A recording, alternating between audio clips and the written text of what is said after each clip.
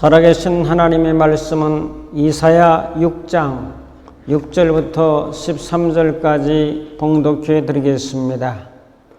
그때 그 서랍 중에 하나가 부젓가락으로 제단에서 집은 바 핀 숯을 손에 가지고 내게로 날아와서 그것을 내 입술에 대며 이르되 보라, 이것이 내 입에 닿았으니 내 악이 제하여졌고 네 죄가 사하여졌느니라 하더라.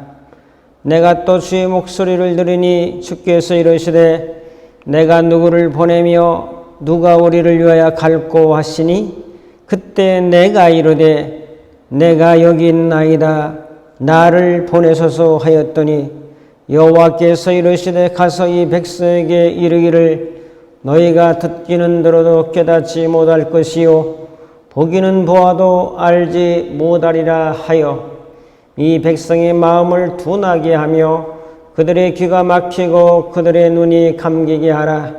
염려하건대 그들이 눈으로 보고 귀로 듣고 마음으로 깨닫고 다시 돌아와 고침을 받을까 노라 하시기로 내가 이르되 주여 어느 때까지니까 하였더니 주께서 대답하시되 성읍들을 황폐하여 주민이 없으며 가옥들에는 사람이 없고 이 토지는 황폐하게 되며 여호와께서 사람들을 멀리 옮기셔서 이 땅 가운데 황폐한 곳이 많을 때까지니라. 그 중에 10분의 1이 아직 남아있을지라도 이것도 황폐하게 될 것이나 밤나무와 상수리 나무가 배임을 당하여도 그 구루터기는 남아있는 것 같이 거룩한 씨가 이 땅에 구루터기니라 하시더라. 아멘. 오늘은 의식 있는 사람이라고 하는 제목으로 하나님의 말씀을 증거하겠습니다. 사람의 정신세계는 의식과 무의식으로 나누어집니다.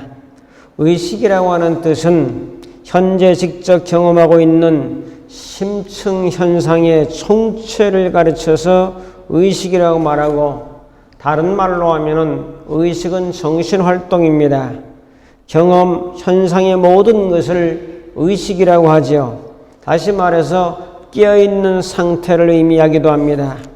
마음의 작용이다 하는 것은 의식의 작용이다라고 말할 수 있습니다. 마음은 지식적인 작용, 또 감성적인 작용, 행동적인 작용으로 나눈다고 늘 말씀드립니다. 자, 이와 같이 세 가지 작용을 의식적인 작용이다, 또한 깨어있는 작용이다 말합니다. 신앙생활에도 의식화가 필요합니다. 어떤 의식화가 필요할까요?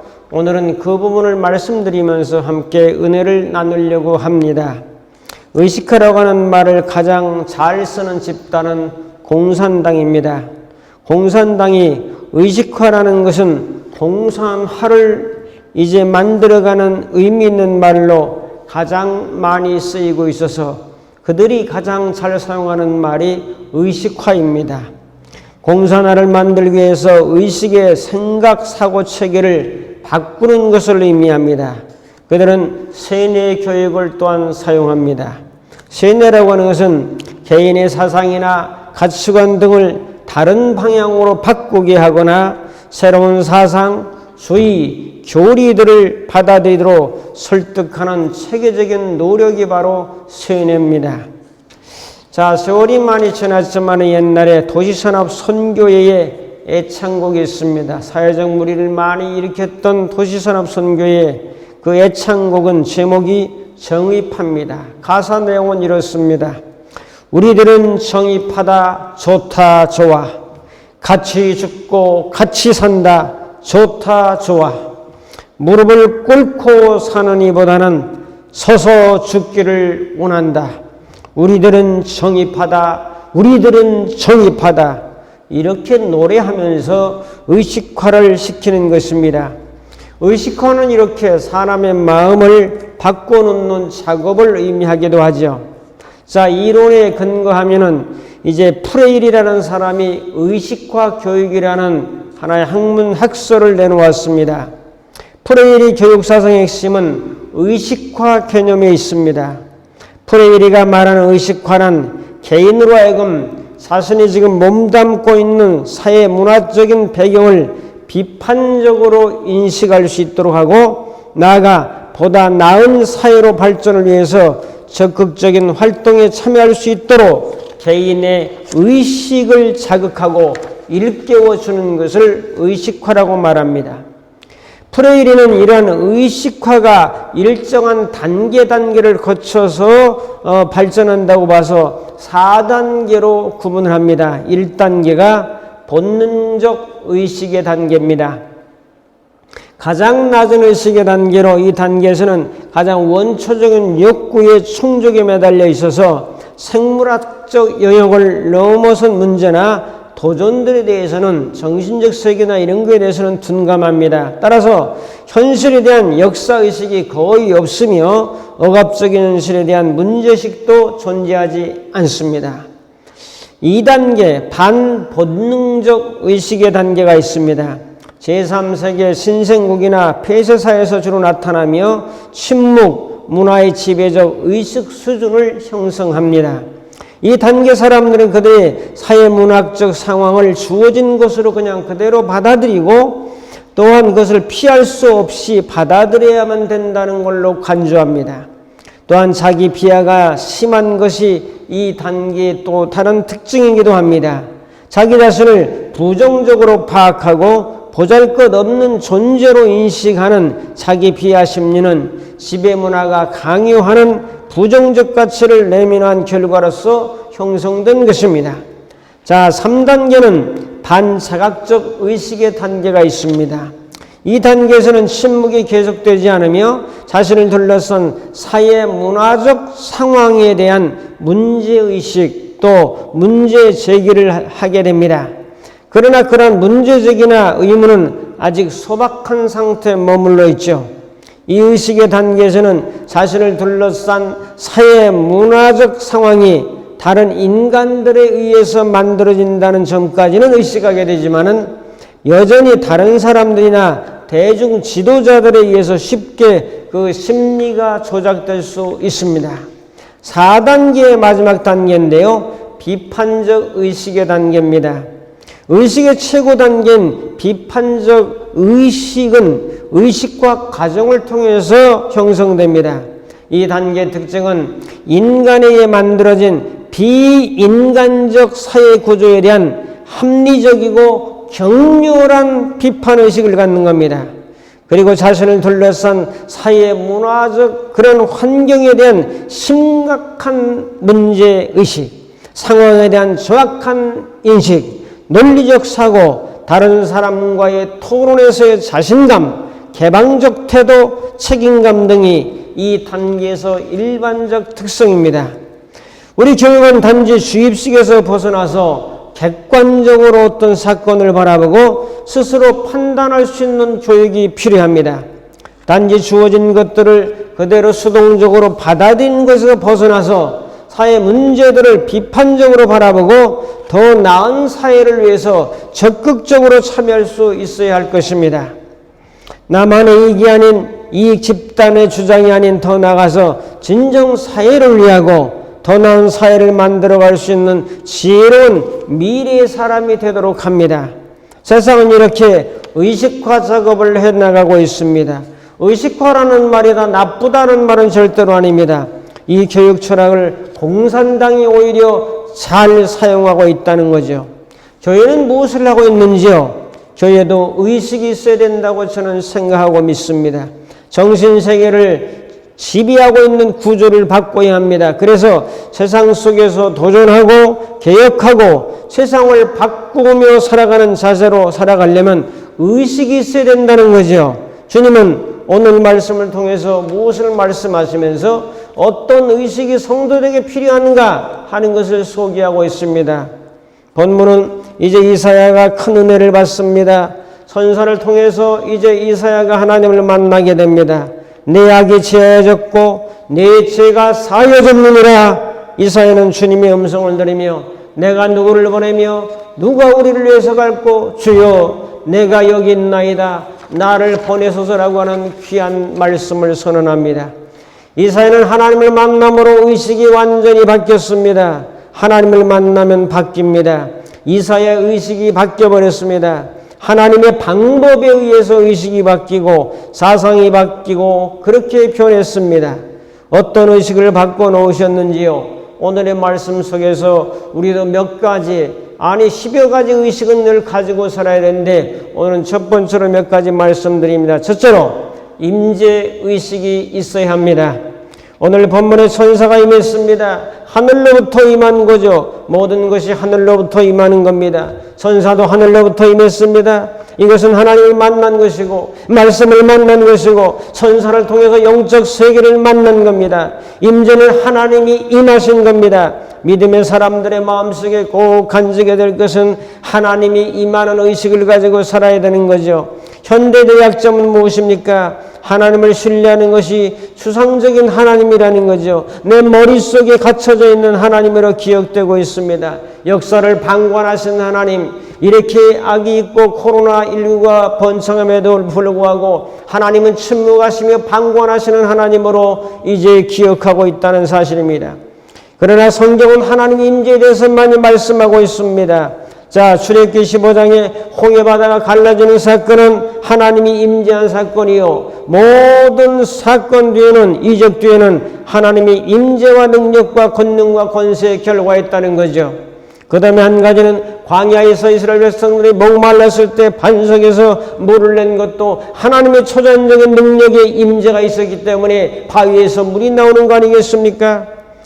다음에 상막을 짓고 건축을 정교하게 만든 것은 하나님의 임재로 치수를 알려주고, 자, 부사대나 오홀리앗 같은 사람에게 지혜와 총명과 명철로 임재하셔서 그런 아름다운 성막과 성전을 건축할 수 있었습니다. 다윗과 골리앗의 전투도 다윗이 물론 명사수의 기질도 있고 사자와 더불어 싸워 이긴 그런 전력이 있었지만은, 그러나 골리앗과 더불어 싸운다는 것은 인간적으로는 도저히 게임이 안 되지만은 하나님이 용기와 은혜와 감동과 지혜를 주시고 정확하게 맞출 수 있는 능력을 주셔서 하나님이 임재하셔서 승리한 것으로 우리는 바라봅니다. 자, 하나님이 이 땅에 임하신 분이, 말씀 육신에 대해서 임하신 분이 바로 예수님입니다. 그래서 그것을 초림이라고 말하고 다시 오시겠다고 약속한 것을 재림이라고 말합니다. 성령도 하늘에서 이 땅으로 임재하셨습니다. 예수님으로부터, 하나님으로부터 보낸 영이 바로 성령님인데 마가의 다락방 120명에게 성령께서 임하셨습니다. 성도 여러분, 임재의식은 이렇게 중요합니다. 늘 성령께서 나의 마음에 임재하고 계시다는 사실을 믿는 그 의식으로 살아야 되고 그 믿음으로 살아야 됩니다. 아주 영감 있는 노래를 들으면 소름이 끼칠 정도로에게 닭살이 돋는 것을 깨닫게 됩니다. 이것은 좋은 노래를 들으면서 감동이 임한 거죠. 자, 야곱의 딸이 강간당했을 때 야곱의 아들이 세겜 족속에게 분노하여 그들에게 할례를 받게 하고 고통 중에 있을 때 급습하여 그 사람들을 다 죽여버립니다. 이것은 뭐지요? 분노가 임한 겁니다. 두 사람이 사랑에 빠졌을 때는 사랑이 임한 겁니다. 시를 쓰는 사람은 시혼이라고 하는 것이 임해야 된다고 말합니다. 축구나 야구 경기장에 가면 자기 편이 이기게 되면 막 열을 내게 되고 소리를 지르고 흥분하게 됩니다. 흥분이 임한 거예요. 승리였던 감격이 임한 거라고요. 사업을 잘해서 돈을 버는 것도 물질의 영이 임하는 것이요. 자, 피곤합니까 여러분? 성령께서 임재하셔서 나의 몸과 마음을 어루만져주고 피곤을 물리치신다고 믿고 나가야 될 줄로 믿습니다. 하나님이 이 시간에도 임한다, 이런 상황에서도 임한다, 이런 어려움 중에서도 성령님은 늘 내게 임재하고 계신다는 이 임재의식이 없다면 하나님과 교제를 어떻게 하겠습니까? 늘 임재의식을 가지면 주님과 동행할 수가 있습니다. 이사야는 오늘 말씀을 통해서 이것을 경험한 거죠. 성도 여러분, 여러분들에게 언제 어디서나 늘 하나님의 임재를 경험하고 임재의식을 가지고 사는 여러분들이 되기를 주님의 이름으로 축복합니다.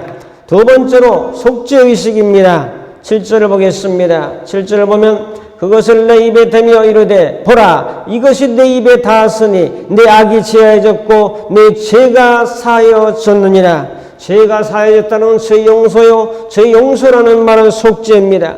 그러므로 예수님께서는 그 피를 흘려가지고 그분의 피로 나의 모든 과거와 현재 미래의 모든 억만 죄악을 단번에 다 씻어주시고 용서해 주셨다는 이 속죄의식을 가지고 살아야 됩니다. 로마서 3장 23절 잘 아는 말씀이죠. 모든 사람 죄를 범하였으며 하나님의 영광에 이르지 못했다고 말씀합니다.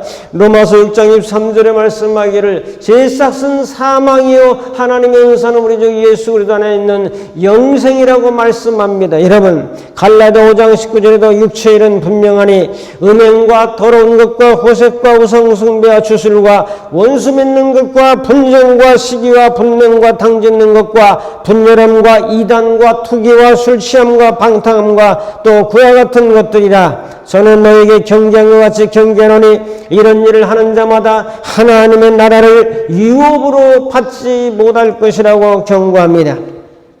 죄에서 용서받는다는 것은 은혜 중에 은혜고 죄사함을 받는 자는 복 있는 자라고 성경은 증언합니다.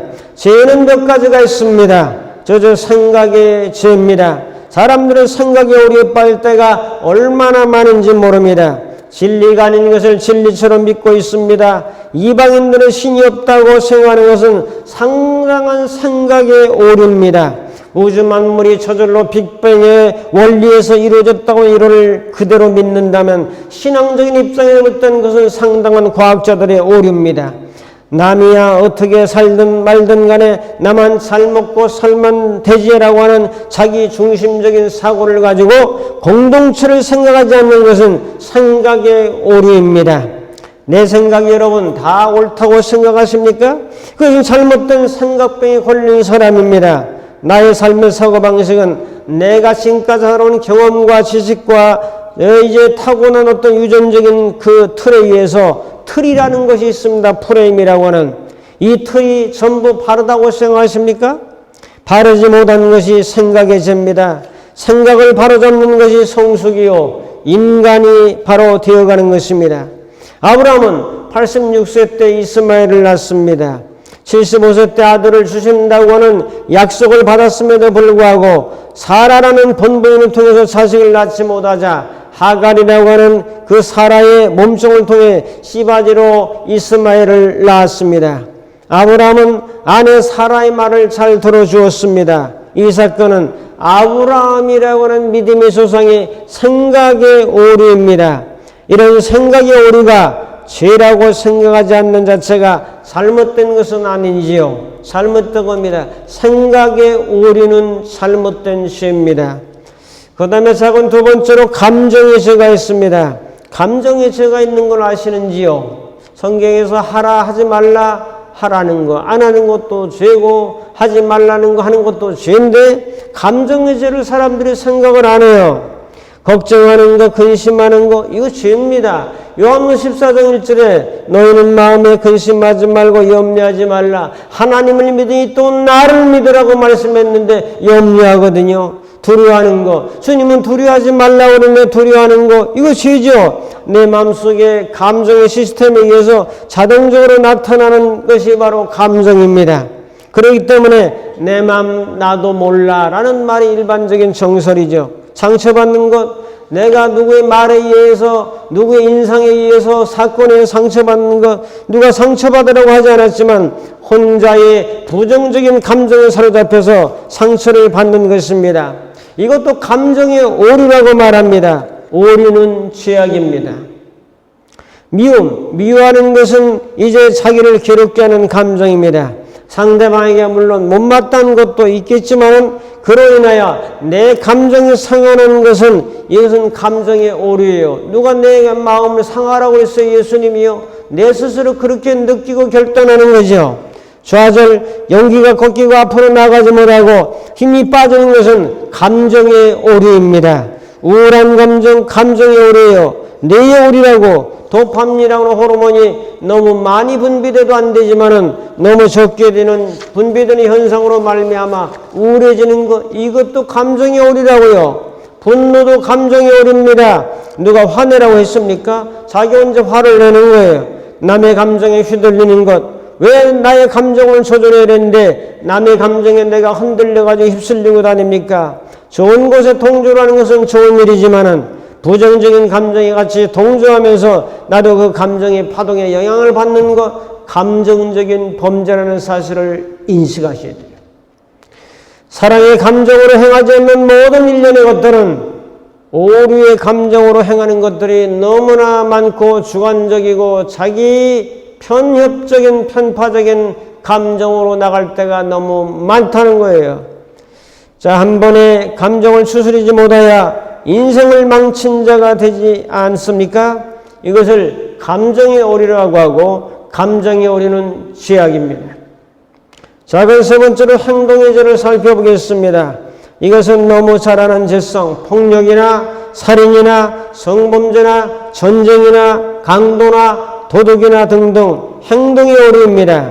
죄라는 단어는 원래 하말티아라고 하는 그런 단어인데 관역에서 벗어나다 그런 말이죠. 화살이 과정에서 도둑받는 관역에서 벗어났습니다. 죄의 삭은 사망 아닙니까? 죄의 사함을 받았다는 말은 죄의 결과인 사망을 없애버린 거예요. 믿는 자는 정잠이 없나니 사망에서 생명으로 옮겨졌느니라고 요한복음 3장에 말씀합니다. 죄가 없어진 겁니까? 부활할 때까지 완성되기까지는 죄성은 우리 마음에 여전히 자리 잡고 있을 것입니다. 죄 용서의 효력이 영원히 지속되고 있는 거죠. 그러므로 우리는 속죄의식을 가져야 합니다. 내가 주님 앞에 사는 것은 내가 죄사함을 받았다, 용서를 받았다, 이사의 죄가 사해졌다라고 하는 이 속죄의식을 가질 때 너무너무 하나님께 감사한 거죠. 감격스러워 하시면서 살아야 됩니다. 그래야 이 기쁨과 감격 속에 죄를 이기는 능력을 경험하게 됩니다. 죄를 이기는 능력은 속죄의 감격에서부터 출발합니다. 속죄의식에서 속죄의 셈에서부터 죄를 이기는 능력이 나오는 것입니다. 여러분 제발 부탁입니다. 주님의 이름으로 부탁합니다. 속죄의식을 가지고 살아야 돼요. 나 같은 죄인을 주님이 용서해 줬다. 평생 용서해 줬다. 영원히 내 죄를 기억하지 아니하고 나를 용서해 주신 그 속죄의식을 가지고 살아가게 될 때에 우리의 신앙은 점점 더 건실하게 되고 정말 죄악을 이길 수 있는 사람으로 이제 성화되어 간다는 겁니다. 세 번째로 사명의식을 가지고 살아야 됩니다. 사람이 살아가는 이유 중 하나는 사명의식 때문에 사는 거예요. 사명이 있으면 살고 사명이 끝나면 죽는다는 말도 있는데 이것이 기독교의 정설로 받아들이고 있습니다.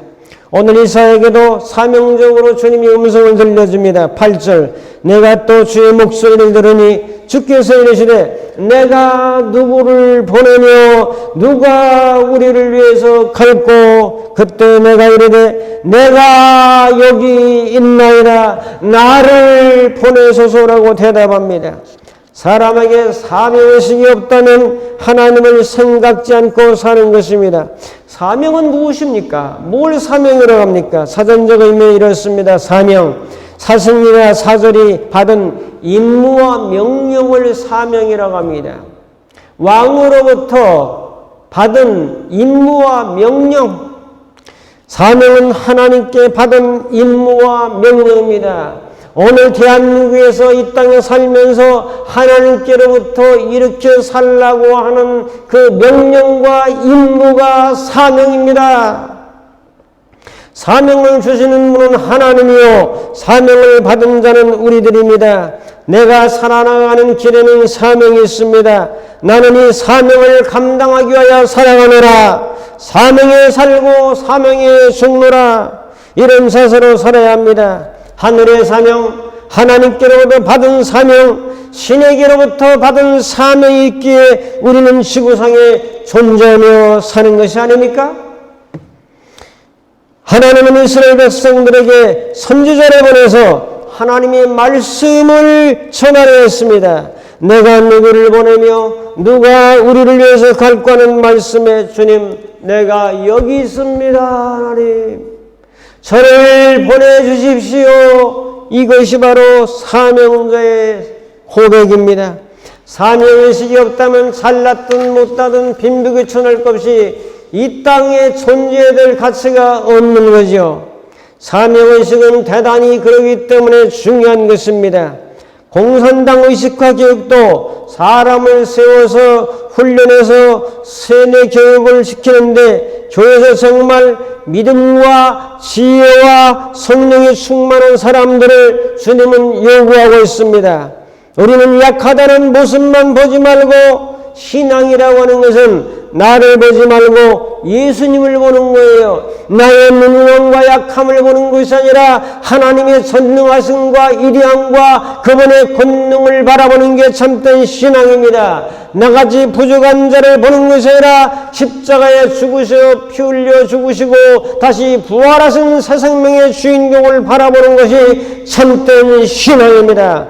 나는 약하지만은 주님이 함께 하시면 할 수 있습니다. 할 수 있거든이 무슨 말이냐? 믿는 자에게는 능치마갈 일이 없느니라. 어떤 자들에게? 믿는 자들에게는 하나님의 인격을 믿고 하나님의 말씀을 믿고 하나님의 능력을 믿는 자들에게는 할 수 있는 가능성을 주님 제시하고 있습니다.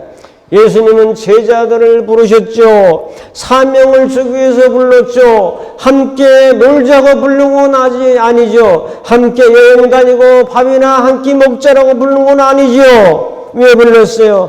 내가 너희를 사람 낚는 어부가 되게 하리라. 내가 너희를 사람 낚는 어부가 되게 하리라. 갈릴리 바다에서 물고기 잡던 어부가 되어서 이제는 사람 낚는 어부로 바뀌는 사명을 주신 거죠. 어부는 고기 잡는 사람이요, 고기 낚는 사람이요.